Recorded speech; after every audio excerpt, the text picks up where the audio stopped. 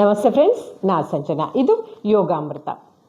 ಸ್ನೇಹಿತರೆ, ಇವತ್ತಿನ ನನ್ನ ಈ ವಿಡಿಯೋದಲ್ಲಿ ಹೆಚ್ಚಿನ ಜನರಿಗೆ 50 to 60% ಆಫ್ ಇವತ್ತಿನ ಜನರಿಗೆ ಮಂಡಿ ನೋವು, ಕಾಲು ನೋವು, ಮೀನ್ಸ್ ನೀ ಪೇನ್ ಅಂತ ಹೇಳ್ತಾರೆ. ಸೊ ಇವತ್ತಿನ ನನ್ನ ಈ ವಿಡಿಯೋದಲ್ಲಿ ನೀ ಪೇನಿಗೆ ಏನು ಮಾಡಬೇಕು ಅನ್ನೋದನ್ನು ಹೇಳ್ತೀನಿ. ಇದು ನೀ ಪೇನ್ ಬರಲಿಕ್ಕೆ ಕಾರಣ ತುಂಬ ಇದೆ ಸ್ನೇಹಿತರೆ. ಒಂದು ಫುಡ್ ಇರ್ಬೋದು, ಅಥವಾ ಮೂಳೆ ಸವೆತ ಇರ್ಬೋದು. ಇದೆಲ್ಲ ಕಾರಣಗಳು ಹಲವಾರು ಇರ್ಬೋದು.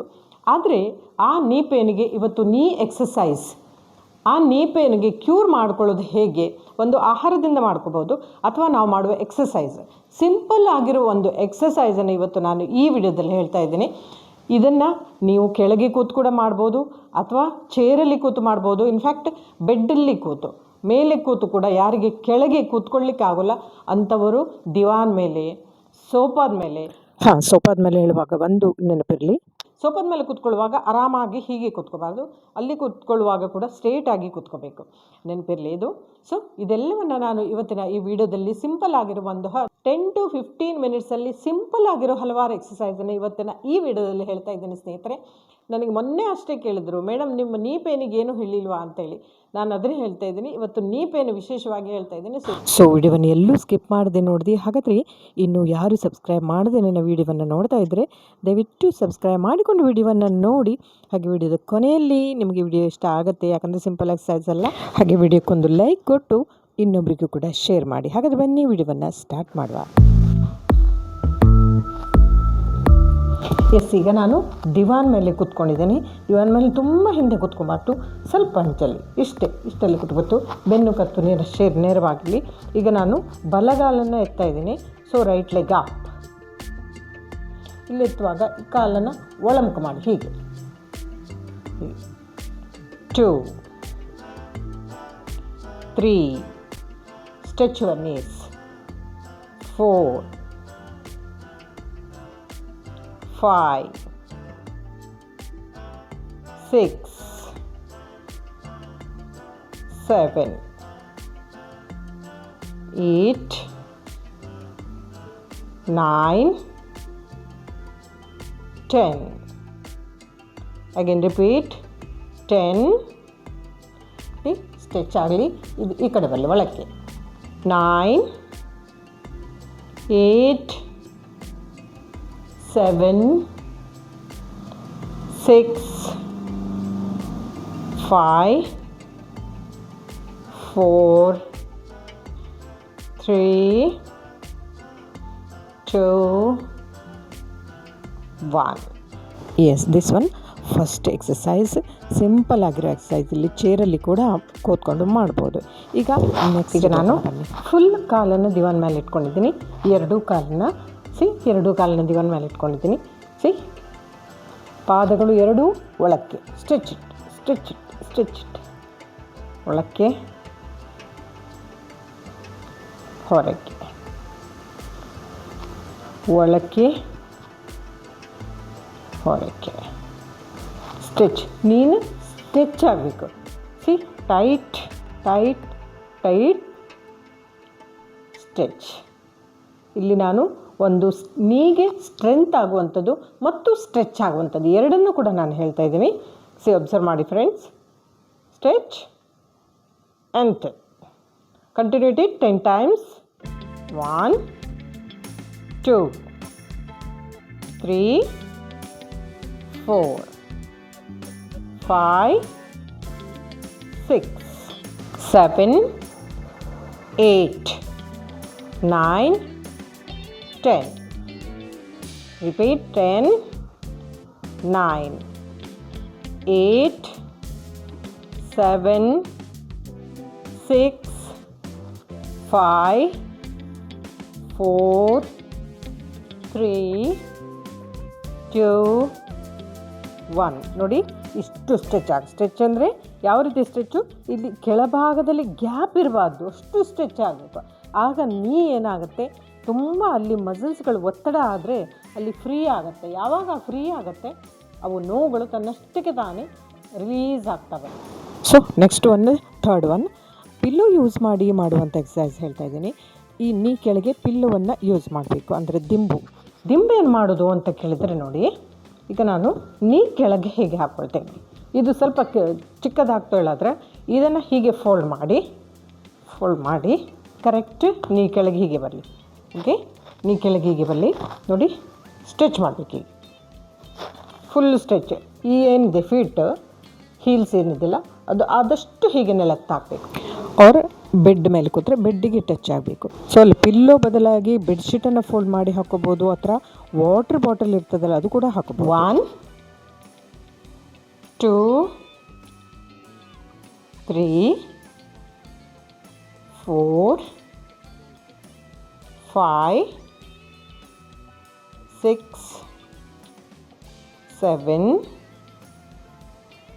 8 9 10. So 10 counting. ಫಸ್ಟ್ 10 ಮಾಡಿ ಮತ್ತೆ ಹೋಗ್ತಾ ಸ್ವಲ್ಪ ಜಾಸ್ತಿ ಮಾಡಲ್ಲ, 20 ಕೌಂಟಿಂಗ್ ಮಾಡಿದರೆ ಒಳ್ಳೆಯದು. ಸೊ ಓಕೆ, ಈಗ ನಾವು ಮತ್ತೊಂದು ಕಾಲನ್ನು ಸ್ಟಾರ್ಟ್ ಮಾಡುವ. 1 2 3 4 5 6 7 8 9 ನೋಡಿ ಇಲ್ಲಿವರೆಗೆ ತಾಗಬೇಕು. 10. Repeat 10 counting. ಸೊ ನಾನು ಈ ಸೈಡ್ 10 ಮಾಡಿದೆ, ಸೊ ಈ ಸೈಡ್ ಕೂಡ 10 ಇರಲಿ. ಸೊ ದಿಂಬನ ಈ ರೀತಿ ಯೂಸ್ ಮಾಡ್ಬೋದು. ಈಗ ಮತ್ತೊಂದು ಥರದಲ್ಲಿ ತೋರಿಸ್ತಾ ಇದ್ದೀನಿ. ಈಗ ದಿಂಬಿ ತೆಗೆದಿಟ್ಕೊಳ್ವಾ. ಎಸ್, ನೋಡಿ ಇದು ದಿವಾನಿಗೆ ಬರುವಂಥದ್ದು. ಸೊ ಇದು ಇನ್ನೂ ಸ್ವಲ್ಪ ಹೈಟ್ ಇರುತ್ತೆ, ಇಫೆಕ್ಟ್ ಕೂಡ ಜಾಸ್ತಿ. ದೊಡ್ಡ ದಿಂಬನ್ನು ತಗೊಳ್ತಾ ಇದ್ದೀನಿ. ಸ್ವಲ್ಪ ಎತ್ತರದ ಪಿಲ್ಲೋವನ್ನು ತಗೊಳ್ವಾ. ಈಗ ಸ್ವಲ್ಪ ಹೈಟ್ ಇರುವಂಥ ಪಿಲ್ಲನ್ನು ತಗೊಳ್ತಾ ಇದ್ದೀನಿ. ಈಗ ಕೂಡ ಇಲ್ಲಿ ಎಕ್ಸಸೈಸ್ ಚೇಂಜ್ ಇದೆ, ಗಮನಿಸಿ. ನೀ ಕೆಳಭಾಗದಲ್ಲಿ ಬರಲಿ, ನೀ ಕೆಳಕ್ಕೆ. ಓಕೆ, ನೋಡಿ ಈಗ ಕಾಲನ್ನ ಸ್ವಲ್ಪ ಸ್ಟಿಚ್ ಮಾಡುವಂಥದ್ದು ನೇರ. 2 3 4 5 6 7 8 9 10. So repeat 10 counting again. Totally 20 counting, but ನಾನಿಲ್ಲಿ 10 ಮಾತ್ರ ಮಾಡ್ತಾ ಇದ್ದೀನಿ. Okay, yes. ಈಗ left leg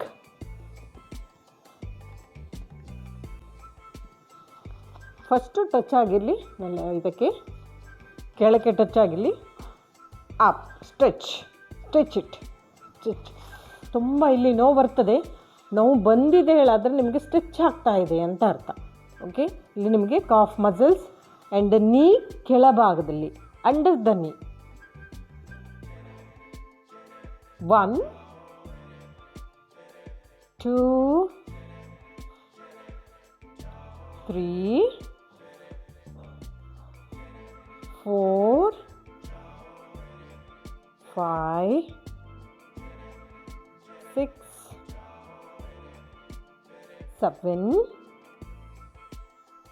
8 9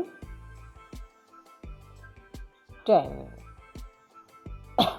okay, again 20 counting, but ನಾನಿಲ್ಲಿ 10 ಮಾಡಿದೆ. ಸೊ ಈಗ ಎರಡೂ ಕಾಲನ್ನು ಕೂಡ ಹೀಗೆ ಇಟ್ಬಿಟ್ಟು both the legs. How to do both the legs. ಎರಡು ಪಾಮ್ಸನ್ನು ಹೀಗೆ ಇಟ್ಕೊಳ್ಳಿ, ಬೆನ್ನು ನೇರ ಆಗಿರಲಿ. 1 2 3 4 5 6 7 8 9 10. ಸೊ ಇದು ಕೂಡ 20 ಕೌಂಟಿಂಗ್ ಮಾಡಬೇಕು. 20 ಕೌಂಟಿಂಗ್ ಮಾಡಲೇಬೇಕು. Each side 10. ಸೊ ನಾ ಇದು ಕೂಡ 20 ಟೈಮ್ಸ್ ಮಾಡಿದ್ರೆ, ಇದು ಈ ಪಿಲ್ಲೋ ಯೂಸ್ ಮಾಡಿ, ಸ್ವಲ್ಪ ಹೈಟ್ ಆಗಿರುವಂಥ ಪಿಲ್ಲೋ ಯೂಸ್ ಮಾಡಿ ಮಾಡುವಂಥದ್ದು. ಸೊ ಭಾಳ ಇಫೆಕ್ಟ್ ಇದೆ ಆ್ಯಂಡ್ ಭಾಳ ಬೆನಿಫಿಟ್ ಇದೆ ಫ್ರೆಂಡ್ಸ್ ಇದನ್ನು. ಸೊ ಇನ್ನೂ ಹಲವಾರು ಎಕ್ಸಸೈಸ್ ಇದೆ. ಲಾಸ್ಟ್ ಒನ್ ಮಾಡುವ. ಲಾಸ್ಟ್ ಒನ್ ನೋಡಿದರೆ ಸೀಕೆ ಹೀಲ್ಸ್ ನೋಡಿ, ಪಾದಗಳು ಅಪ್ ಡೌನ್ ಅಪ್ ಡೌನ್. ಇದು ನೀಗೆ ತುಂಬ ಸ್ಟ್ರೆಂತ್ ಕೊಡುತ್ತೆ ಇದು. ಸೊ ಹೀಲ್ಸನ್ನು ಅಪ್ ಮಾಡಬೇಕು. ಬ್ರೀದ್ ಇನ್ ಮಾಡ್ತಾ ಮೇಲಕ್ಕೆ, ಬ್ರೀದ್ ಔಟ್ ಮಾಡ್ತಾ ಕೆಳಕ್ಕೆ. 1 2 3 4 5 6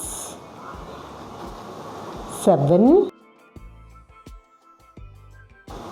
8 9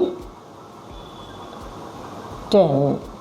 ಸಿ ದಿಸ್ ಒನ್ ಲಾಸ್ಟ್ನೇದು ಇದು. ಸೊ ಫ್ರೆಂಡ್ಸ್, ಈ ಥರ ಸಿಂಪಲ್ ಆಗಿರೋ ಎಕ್ಸಸೈಸ್ ಇದನ್ನು ನೀವು 40 ಇಯರ್ಸ್ ನೀ ಪೇನ್ ಬರುವಂಥದ್ದೇ ಮೇನ್ ಆಗಿ 40ಇಂದ ಅಬೌವ್ 40 50 60 ಎಲ್ಲ ಯಾರಿಗೂ ಕೂಡ ನೀ ಪೇನ್ ಬಂದೇ ಬರುತ್ತೆ ಸ್ನೇಹಿತರೆ.